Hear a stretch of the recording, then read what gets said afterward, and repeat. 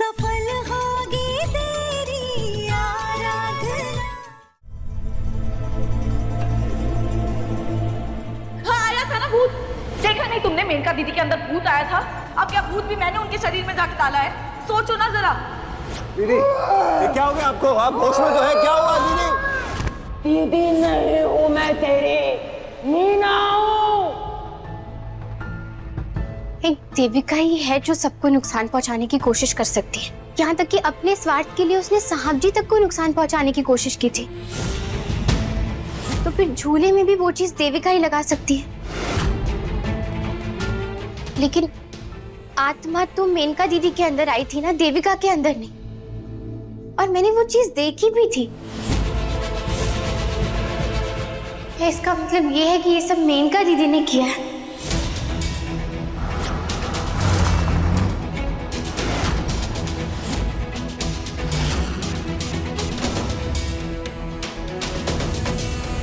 मेनका दीदी साहब जी से उनका सब कुछ क्यों छीनना चाहेंगी? लेकिन क्यों? मेनका दीदी तो साहब जी से सबसे ज्यादा प्यार करती हैं और साहब जी भी उनकी बहुत इज्जत करते हैं ना। फिर वो उनसे उनका सब कुछ क्यों छीनना चाहेंगी?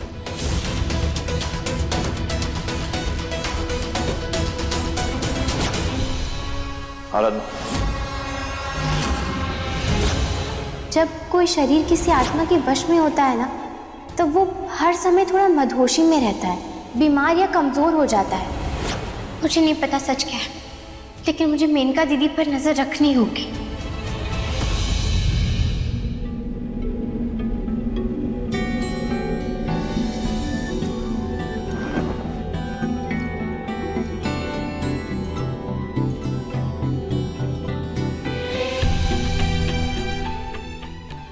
नहीं जानता कि ये श्राप सच है या झूठ, लेकिन मेरी जिंदगी में मेरे दिल के करीब जो भी औरत आई, उसने सिर्फ दुख और तकलीफ ही झेली है।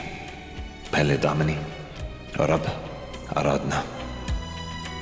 शायद ये श्राप सच है। शायद मैं प्यार के लिए बना ही नहीं। शायद मेरा प्यार ही दूसरों के लिए श्राप है।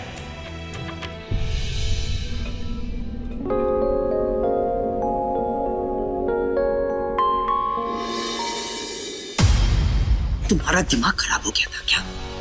हमें यहाँ बुलाने की क्या जरूरत पड़ी? ऐसी भी क्या बात है कि तुम सब्र नहीं कर सकती? आपने कहा था ना कि हम घर में बात नहीं कर सकते, कोई हमें साथ में नहीं देख सकता, इसलिए आपको यहाँ बुलाया। अगर किसी ने हमें यहाँ कुसुर पुसुर करते हुए सुन लिया, तब तुम क्या करोगी? गोश, ठीक है, अब बताओ क्या बात है, बोलो तो सही।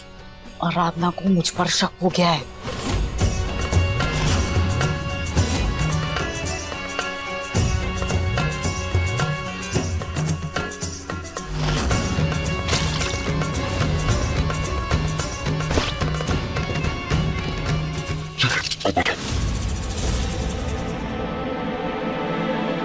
ये आवाज कहाँ से आ रही है? हम मानते हैं कि हमसे बहुत बड़ी भूल हो गई। हमें उस मशीन को उस प्लान से पहले ही निकाल देना चाहिए था। लेकिन ये तो अच्छी बात है ना कि आराधना जाकर माधव को वो मशीन दिखाए, इससे पहले हमने उसे हटा दिया था। वरना वो माधव उस श्राप वाली बात पर कभी यकीन ही नहीं करता। और वैसे भी वो अभी भी उस श्राप वाली बात को मानने के लिए तैयार नहीं है।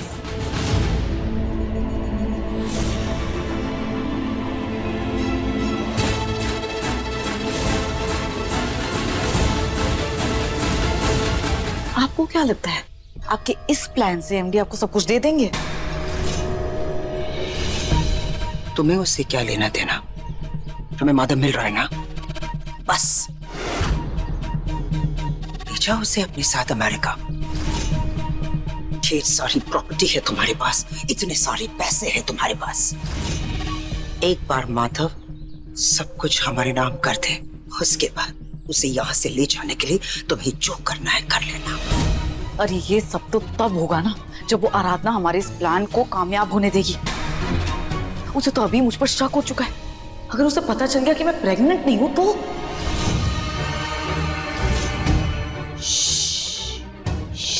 पागल हो गई हो तुम? हाँ? आज ये बात तेरी जबान पर आई है, लेकिन कल के बाद ये बात तेरी दिमाग में भी नहीं आनी चाहिए। समझी तुम? आराधना को तुम पे शक हुआ है ना? ठीक है, कोई प्रॉब्लम नहीं है। इससे हमारे प्लान में कोई फर्क नहीं पड़ेगा। वो तो कभी सोच भी नहीं सकती कि इन सब के पीछे हमारा हाथ है।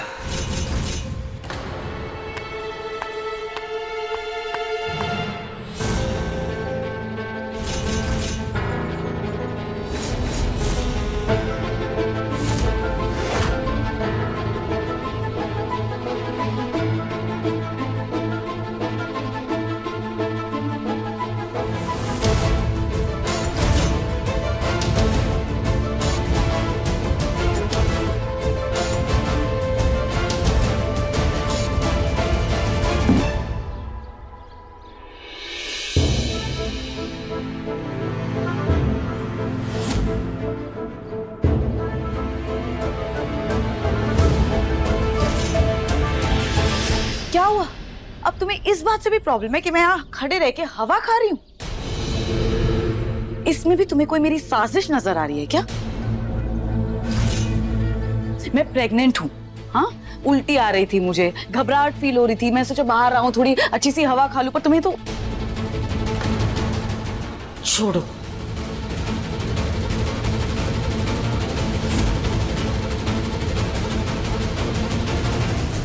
मैंने किसी और की भी आवाज सुनी थी।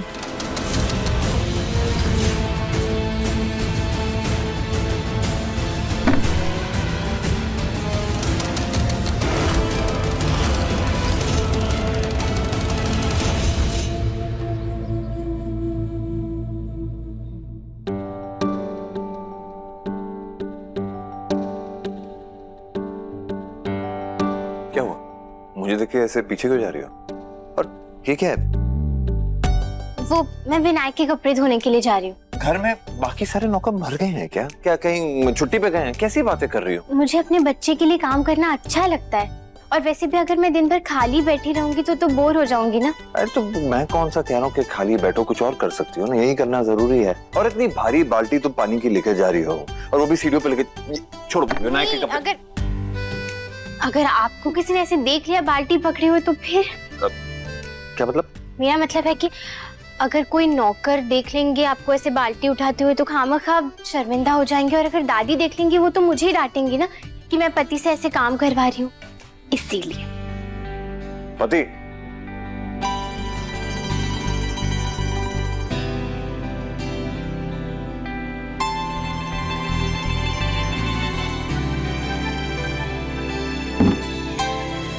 तो मेरा मतलब था कि कागज पर तो आप मेरे पति हैं ना, और दादी के लिए भी है ही। अच्छा है ना कि अगर शुरुआत से मुझे शुरुआत करनी हो तो तुम्हें ज्यादा आपत्ति नहीं होगी, कोई प्रॉब्लम नहीं होगी, कोई तकलीफ नहीं होगी। वैसे भी तुम कम चीजों में गुजारा कर सकते हो।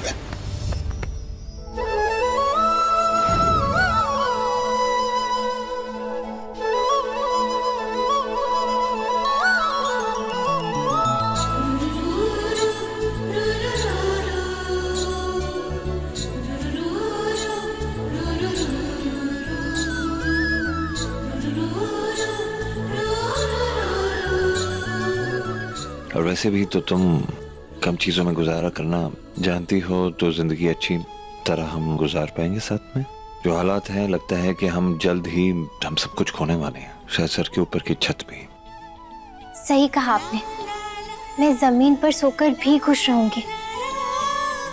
और मुझे अपने लिए खाना बनाना, सारे काम करना बहुत पसंद है। रिश्ता निभाने के लिए अगर पैसे कम भी हो ना तो भी गुजारा हो जाता है। सिर्फ एक दूसरे के लिए प्यार और सम्मान भरपूर होना चाहिए, तो जिंदगी का बड़े से बड़ा तूफान भी हवा के झोंके की तरह लगेगा।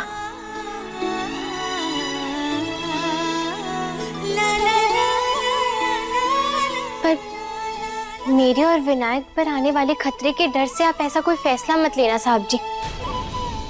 और मेरे दादू हमेशा कहा करते थे कि डर हमेशा हमारे दिल और दिमाग को दीमक की तरह खा जाता है। वो हमसे हमारी ताकत, हमारी क्षमता, साहस छीन लेता है।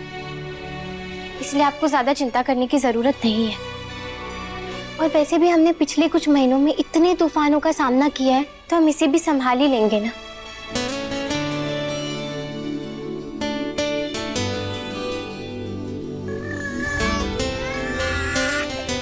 लगता है विनायक उठ गया है। मैं जाती हूँ, उसे संभालती हूँ।